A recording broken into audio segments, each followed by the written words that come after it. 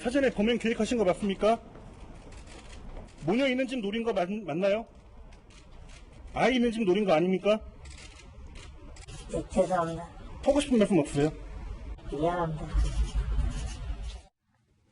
전자발찌를 찬 상태에서 가정집에 침입해 엄마와 8살 난 딸을 성폭행하려고 했던 이 50대 남성이 어제 구속이 됐습니다.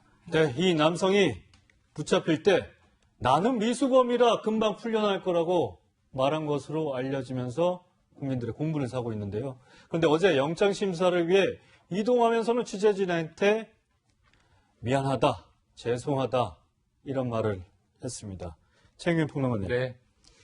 이 미수범 좀 잡힐 때도 좀 어처구니가 없었던 일들이 있었던 것 같아요. 상당히 지능적이에요. 10일 밤 9시 40분경에 다세대 주택 2층을 침입한 겁니다. 문이 열려 있었고 50대 어머니는 TV를 보면서 졸고 있었고 8살 딸이 옆에서 자고 있었어요. 그런데 먼저 이 어머니를 성폭행하려고 시도를 합니다. 몸싸움이 벌어집니다. 예. 이 어머니가 그 다급한 와중에 딸을 깨워요. 빨리 도망가라고 이야기를 해요. 딸한테? 예, 그러니까 딸이 도망갈 것 같으니까 이 또 범죄자가 8살 딸에게 달려들어서 성폭행을 시도합니다. 이 과정에서 8살 여아가 이 범인의 이 입과 혀를 물기도 했어요. 피가 났습니다. 당혹한 사이에 딸이 빠져나가서 밖에서 용감하게 외친 거예요. 도와달라. 그런데 시끄러운 소리가 나자 1층 주민이 2층으로 올라오고 있었어요. 예. 딸을 만났고 이제 경찰에 신고가 이루어지게 됩니다. 1층 주민과 범인이 맞닥뜨렸는데 이 면식이 있는 사람이었어요. 아, 그래요? 그래서 이 주민이 아니 이런 짓을 어떻게 벌이느냐고 그러자 합의할 테니 신고하지 말아달라. 어찌 보면 이렇게 이제 무마를 시도한 거죠. 아, 이거 한 번만 봐달라? 네, 예, 한번 봐달라. 내가 합의를 피해자하고 볼 테니? 네. 그리고 경찰은 출동했습니다. 경찰에게는 나는 미수범이다. 지금 범행이 저질러지지 않았지 않느냐? 곧 풀려날 것이다. 이렇게 큰 소리를 쳤다는 게 더 시민들의 공분을 일으키고 있는 거죠. 아, 예. 장희영 교수님.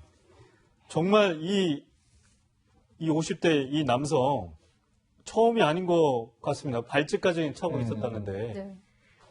와, 이 사건은 어떻게 보셨어요? 교수님? 일단 충격적이었죠. 저 전자발찌를 찬 상태로 범죄를 저지르는 사건들이 종종 나오잖아요. 예. 관리에 대한 이야기도 계속 나오고 있는 부분인데 또다시 이런 범행이 이루어졌다는 것도 놀랍지만 항상 이런 성범죄가 일어났을 때는 여성 입장에서 생각을 안 해볼 수가 없어요. 저 그냥 믿고 저런 평화롭게 TV 보고 있던 저 여성이 놀랐을 것, 무엇보다 그 어린아이에 대한 놀람은 많은 분들이 공부를 사는 이유가 그 아이가 얼마나 무서웠을까, 평생 어떻게 살까에 대한 걱정이죠. 그러니까 단순히 뭐 전치 몇 주니 상해가 얼마나 심한 의미가 아니라 정신적인 상해를 봤을 때는 저런 범행을 저지른 사람에게 얼마만큼의 형벌을 주는 게 과연 적당한 것인가라는 생각도 들고 있고 네. 종종 요즘에 성폭행이나 성범죄 미수 이런 뉴스가 굉장히 많이 나오거든요. 신림동 예. 사건도 있었고요. 네. 이런 부분에 대해서 정말 이제는 좀 사회적으로 뭔가 적극적인 어떤 대처가 좀 필요하지 않나 하는 생각이 들어요.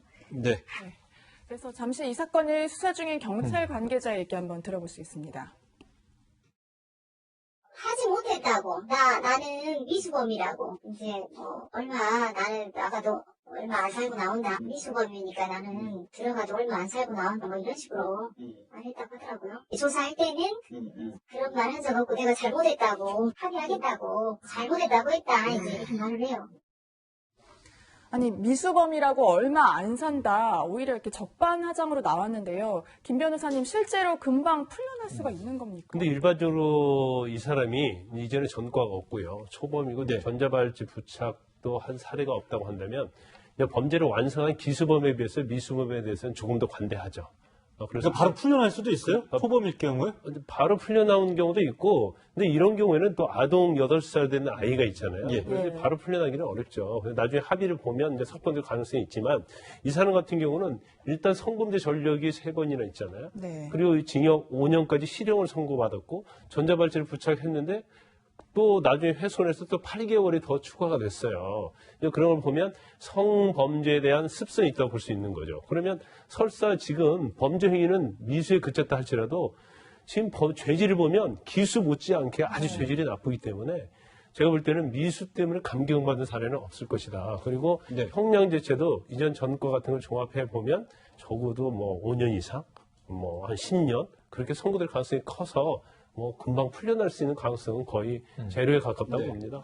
네. 사실 이게 이제 이 상습범, 성범죄자 같은 경우는 이제 상습범인 경우가 많아서 네. 여러 가지 이제 조치들을 하고 있는데 전자발찌를 차기도 하는데 사실 이게 뭐 소용이 없다. 무용론이 계속해서 제기되고 있고요. 근데 제가 알기로는 해외에서는 이 약물 치료, 이른바 화학적 거세, 국내도 화학적 거세라는 이 조치들이 이루어지고 있나요? 어떻게 그렇죠. 성충동 약물 치료. 네. 이게 정식 명칭이고요. 이게 이제 화학적 거세인데 약간 그 요건은 까다롭죠. 왜냐면 이게 인권에 관한 것이기 때문에 그 어떤 성도착증과 관련된 이런 요건을 좀 까다롭게 하고 있는데 2012년도부터 이 화학적 거세와 관련된 법이 시행이 돼서 한 27명 정도가 거세가 됐습니다. 이제 화학적 약물 치료를 받았는데 재범률은 0%예요. 네. 그러니까 효과는 확실히 있는 거죠. 이제 그 사람이 성범죄 말고 다른 범죄를 저지를 수 있지만 성범죄와 관련한 그런 범죄 행위를 한 적이 없었기 때문에 이제 화학적 거세의 효과는 굉장히 크다고 보는데 사실 이제 전자발찌도 효과가 전혀 없는 건 아니에요. 이제 예. 전자발찌 제도가 시행된 다음부터 발찌를 찬 사람들의 재범률은 줄었지만 그래도 그런 사람들이 계속적으로 범행을 하고 있는 것은 맞죠. 그래서 이제 전자발찌 제도에 대한 어떤 제도적 허점 여러 가지가 있는데 일반적으로 이제 발에 전자발찌 차죠.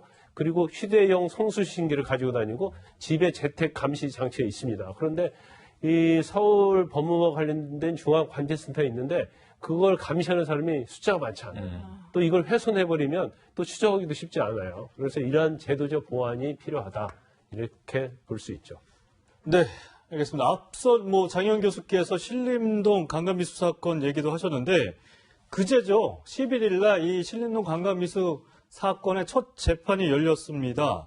그런데 공교롭게 그날 신림동 원룸에서 또 비슷한 사건이 일어났다면서요. 그러니까요. 불과 이틀 전입니다. 지난 네. 11일 1시 20분쯤에 신림동 원룸에 사는 여성의 집에 침입을 해서 똑같은 이제 방식의 성폭행 시도가 있었고요. 여성이 워낙 강렬하게 저항을 하다 보니까 범인이 중간에 포기를 하고 도주를 하게 됩니다. 하지만 그 과정에 얼마나 극렬한 몸싸움이나 저항이 있었겠어요. 피해 여성 당연히 온 몸에 타박상을 입고 일단 현재 경찰이 용의자를 추적을 하고 있고 강간치상 혐의를 적용해 수사를 하고 있는데 그 지역 자체가 혼자 사는 여성들 원룸에 많이 거주 있다라는 지역적인 특성 때문에 이런 범죄에 많이 노출이 되어 있는데 앞서 우리 미수 이야기 잠깐 했습니다만 앞으로는 좀 저는 강간 미수라고 해서 강간하고 좀 다른 어떤 법 적용이 있는 것보다 정말 거의 뭐 마음껏은 똑같은 법 적용이 됐으면 네. 좋겠는데 성폭행 범이나 미수범이나 좀 거기에 준하는 비슷한 형량을 주지 않으면 아까처럼 앞서서 뻔뻔하게 나는 미수에 그쳤으니까 괜찮아 풀려 나올 거야 이런 아니란 생각이 없는 어떤 이런 게 좀 필요하다는 생각이 들어요.